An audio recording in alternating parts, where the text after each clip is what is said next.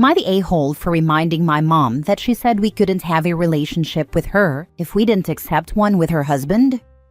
My mom has me, 27 male, and my sister, 29 female, with our late dad. He died when I was 10 and my sister was 12, and when I was 15, my mom got remarried with her husband Frank. From the very start, my sister and I had issues with Frank. We have both bigger and smaller issues. The two big issues were one, he insisted that nobody mentioned dad in his presence. It didn't matter who we were with or where we were, it was not allowed. This included the times he tagged along when we went to see anyone from dad's side of the family. He would invite himself and then enforce this rule, or he'd make us leave.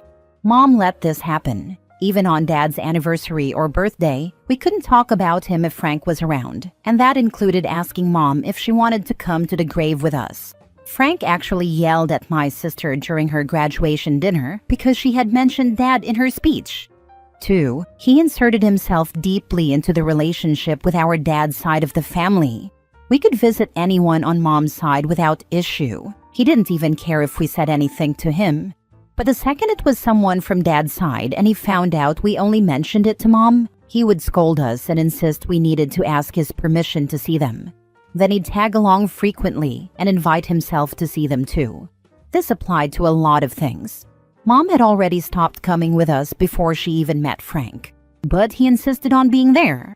And if my sister or I said we didn't want him to come, then he told us we couldn't go. If whoever we went to see didn't want Frank inside the house, he'd say then we weren't allowed inside either. Once my sister moved out, he was angry that she spent more time with dad's side, and he tried to tell her what to do still. She was having none of it. My sister and I talked to mom about all our issues with Frank, and we told her we didn't want a relationship with him. She always told us we needed to have one with him to have one with her. We took her at her word, and my sister stopped talking to her. And once I moved out, so did I. We stopped going to see her or spending holidays with her and Frank. We didn't invite her over or initiate any contact. She brought it up a few times, how we were bad at maintaining the relationship, and we told her we weren't. We just weren't maintaining that relationship, but she ignored us. She tried to come and see us a few times. We told her no, Frank, so she never came. We let her birthdays pass without any acknowledgement, and when she'd tell us about Frank's birthdays, we'd work to forget the date. A few weeks ago, I got engaged. I didn't tell my mom or ask anyone else to, but the news got to her. She was upset she didn't hear it from me, and upset I said no to her throwing an engagement party for us. She never even met my fiancé, which was something else that upset her. She asked how she's supposed to meet her for the first time at the wedding, and I told her she's not supposed to. I said she won't be invited. My mom did not expect that at all, and she asked me why. I told her Frank is not welcome, and she made it perfectly clear she won't come. I reminded her that she said we can't have a relationship with her if we won't have one with Frank, and I told her it would be over my dead body that I have a relationship with him.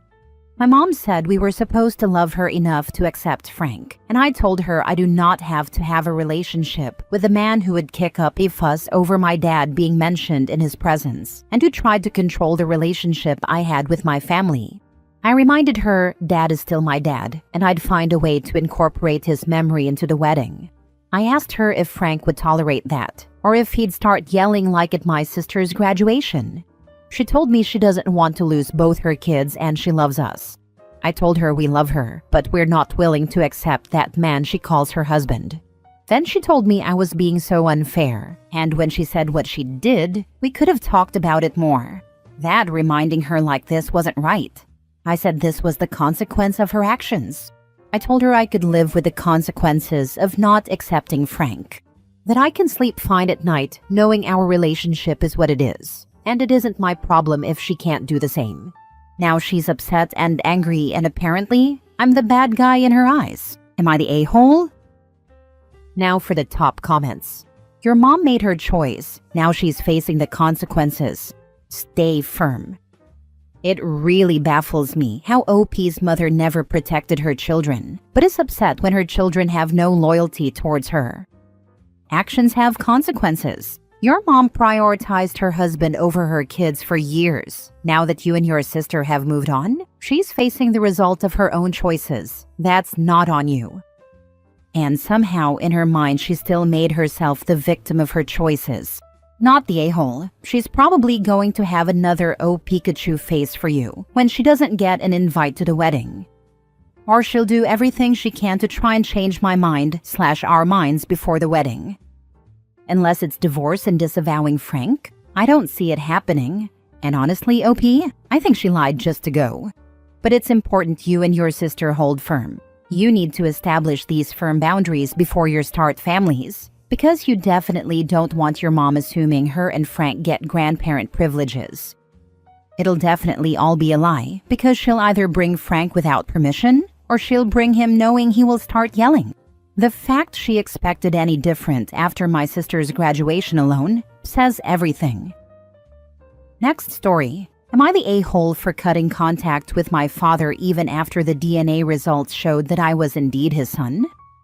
My 21-year-old male parents, 52-year-old male and 45-year-old female, are currently going through a divorce. It's not a nasty situation, just a recognition that they've stopped liking each other and can no longer stand being in the same room. For some background, they've been married for just over 21 years. Yes, I was the reason they got married. And aside from me, 21 male, they have another son, 9 male, a full 11 years younger than me. About 2 weeks ago, they had the talk with their lawyers. I'm away in another region of the country for college, but according to my mom, during the discussions, my father repeatedly questioned whether I was actually his son. He claimed I had ruined his life and called my mom horrible names. His words, not mine. My mom decided to settle the matter with a DNA test, so I had to take leave from college and return home. The test was conducted with lawyers present, and throughout the entire process, my dad refused to look at me or say a single word to me. Afterward, I went back to college, and their divorce proceedings resumed. When the DNA results came back, my mom called me really cheerful and happy. I am indeed his son. The day passed without a single call from my dad. It took him 2 weeks to reach out, but I didn't answer. Honestly, I had no desire to hear from someone who had been so adamant that I was nothing but a burden his entire life. My silence was interpreted as rebellion, and now everyone on my dad's side of the family is angry with me. So my question is, should I even try to have a relationship with my dad after what he said? And how can I make him understand how deeply his words hurt me? Hey, first off, I just want to say I'm really sorry you're going through this. No one deserves to be treated like that, especially not by a parent. You're absolutely not the a-hole for cutting contact. Your father didn't just question your biology. He attacked your identity, your value, and your place in his life. That kind of betrayal cuts deep. You had to stand in a room, take a DNA test, and be treated like a stranger by someone who should have always been your biggest supporter. Now that the results proved him wrong, he only reached out when he felt like it, with no apology or accountability. That's not okay. Right now, it's okay to protect yourself, take space, and say, "That hurt me too deeply, and I need time," or choose to go no contact and walk away for good. Stay focused on your studies, your mental health, and the people who treat you with love and respect. You didn't ruin anything. He's the adult who made his own choices. Whatever you decide, you've got every right to set boundaries that protect your peace. Also, because I'm petty, for those on your dad's side of the family, they really need to be put in their place. Responses prepared below for maximum impact. Interesting how I wasn't his son until a lab said so, but now I'm supposed to be the disrespectful one for not answering his calls? Appreciate the sudden concern for family bonds. Wish that same energy had shown up before the DNA test. He called me a burden, questioned my existence, and now I'm the bad guy for not picking up the phone? Tell him to try fatherhood next time instead of damage control. Imagine needing scientific evidence to acknowledge your own child and still thinking I'm the one with issues. Funny how none of you questioned him when he was denying me, but now you're experts on respect and family values. Interesting. Good grief. I hope karma finds this man and his enabling family quickly. Thanks for the support, and also for the missiles you're lending me. I think I'm gonna have a talk with them because my relationship with that side is as tumultuous as the one I have with my dad. It was your mom who told you what your dad said. That was insensitive and uncaring on her part. Obviously, it's your choice whether or not to talk to him again, but if you do, let him know what your mom told you so he has a chance to apologize. Okay, maybe that got lost in the translation too, but my mom didn't tell me. She sent me a copy of the audio recording of their conversation, which is allowed in my country. Could you send that audio recording to your dad's side of the family? Maybe respond to their messages and calls with just that until they stop reaching out. Already done. Safe to say my grandparents both had a heart attack and also threatened me to be removed from the family testament. Not much property to share anyway, so I don't care. My aunts, all of them, bombarded me with Bible quotes and family quotes like they were Vin Diesel, and my uncles are all trying to grab a drink together. They'll probably beat me up. Mini update. Crap hit the fan in a way I didn't anticipate, so I gave him a piece of my mind today. And now he is actually staying camped on his belief and has asked me to sign a paper that's going to release him from any parental rights. Life has a way to show you who matters and who doesn't. In my case, I can tear apart that entire branch of the family tree. Next story. Am I the a-hole for telling my sister she lost me the second she even considered dating my ex who gave me an STD and didn't tell me? I, 28 female, was with a guy called Jason, 29 male, when we were 20 to 21 years old. We broke up when I was 22 after I found out he had not only cheated on me, but knew he had contracted an STD from sleeping around and didn't tell me. He had known about it and was told he needed to speak to any sexual partners because of the risks associated with this STD to fertility, and he said nothing. I remember when I told my family what had happened, they were all there to support me, and my sister, 27 female, was one of them. I did move on, and I met my husband a year after breaking up with Jason. Thankfully, I was able to get pregnant, and we have a baby together. But I never forgot the fact that Jason did what he did. Cheating was bad enough, but you can move on. The STD was where it became not only unforgivable, but I would have taken issue with anyone in my family even becoming friends with him after that point. But then 3 months ago, my sister asked me if I would be okay with her dating Jason. She told me she didn't want to lose me, but they had met again after several years. She liked him, and he'd changed. I walked away from my sister without saying a word, and she started dating Jason officially. Though when she came to me like she did and asked me like she did, I would guess they had been unofficial before that point and not just friendly.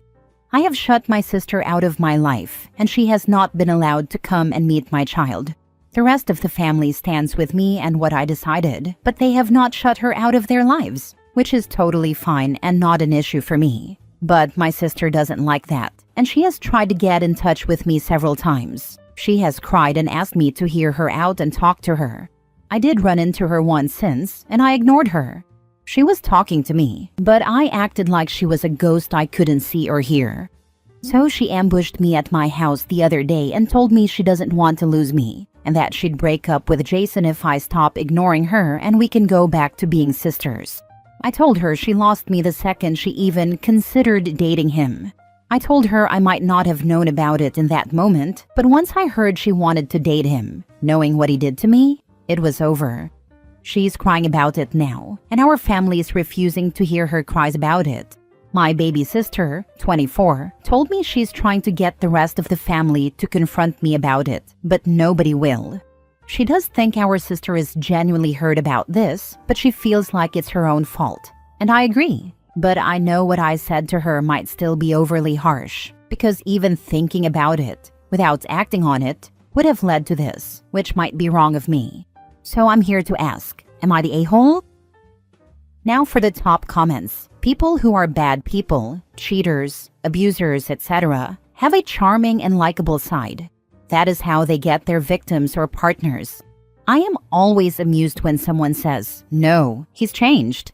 Has he? Or is he just showing you the side of him he wants you to see? If he has changed, can the sister articulate how he has changed and what drove him to change? How has he made amends, or at least acknowledged the person he was? In 99.9999999% of the he's changed cases, he has not changed at all. He is just in the love bombing stage. The person who believes he has changed almost always finds out the hard way that he is still a cheater, still selfish, still dishonest. He has changed so much that he happily pursued and is staying in a relationship with someone, knowing that it is destroying her relationship with her family. Not the a-hole. I'm not sure what your sister expected to happen, but that's pretty low. I am curious how holidays and family gatherings work. Since your family still allows her to show up, do you just not go? I get the invites to gatherings. They talk to her still, but she's not invited to that stuff, and it was made clear that is extra firm, because she is not allowed to bring Jason around the rest of the family. Then I would say your family is doing the right thing. Typically they stand by you, but still invite the family member that was clearly in the wrong. I've heard of that, and I always hate it. My family has really stood by me, and I'm incredibly grateful. Last story. Am I the a-hole for telling my fiancé? I'll leave him if he keeps using our money to support his homeless mother, who hid her foreclosure from us for years? This whole situation is a mess, and I don't know if I'm being heartless or just finally setting boundaries. My mother-in-law lost her house due to foreclosure.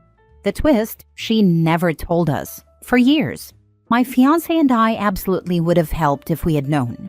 We're not rich by any means, but we would have done whatever we could to make sure she was able to stay in her house, especially because she lives with her severely disabled husband, my fiancé's father, and her disabled adult daughter. Now they're all homeless, and we're left scrambling. When everything came to light and they got evicted, I immediately got them an extended stay hotel and paid for a week in advance. While talking with my fiancé about how they were going to pay to live in the hotel, I was told that their disability check would be used for housing. But apparently my fiancé kept paying for their hotel and their storage unit, all using our joint bank account, without telling me. I didn't notice right away because I have a business that I'm trying to grow, and I'm busy taking care of our child. Yesterday, I finally looked at our finances and saw that over $11,000 was used for all of their expenses, and I completely lost it. I drove to the hotel and told everyone that no more of our money would be used for them. I told my fiancé that if one more cent of our money was spent, I would break the engagement and leave. It's not that I don't care about them. I do, but I feel betrayed that she hid the foreclosure from us, let the situation spiral into homelessness, and used me as a personal piggy bank. This money was meant for the new house we were supposed to be buying and also for my daughter's school. I also feel disrespected that my fiancé went behind my back and used our money without asking. Now, the morning after, I'm starting to feel guilty, like it's my fault that they're going to be on the streets. Also, I feel it's important to add that we have never had a good relationship with his side of the family. We've been together 13 years, so this isn't a new relationship. His mother has never really wanted anything to do with our daughter, except for maybe 3 holidays a year when we go to see her. Am I the a-hole for telling them that I will no longer financially help? Edit to add. They had money, they won a large settlement, a few million, and she blew it all. He's committed financial infidelity, and it's not a small thing, so don't feel compelled to excuse it, because there's so much emotional baggage that comes with this situation. In fact, I think separating finances in the short term is reasonable. Exactly, $11,000 is a huge amount to secretly spend. She didn't sign up to be the sole provider for his entire family. She has her own child to prioritize. She said it's our money, which to me means she's not the sole provider. She's angry that he didn't tell her or that he disrespected her. Actually, he wouldn't have the money if my parents didn't give me the down payment for our house that we just sold. He put no money down. Not the a-hole. I hope you move the money to an account in just your name for the time being. I'd be livid. 11,000? No damn way.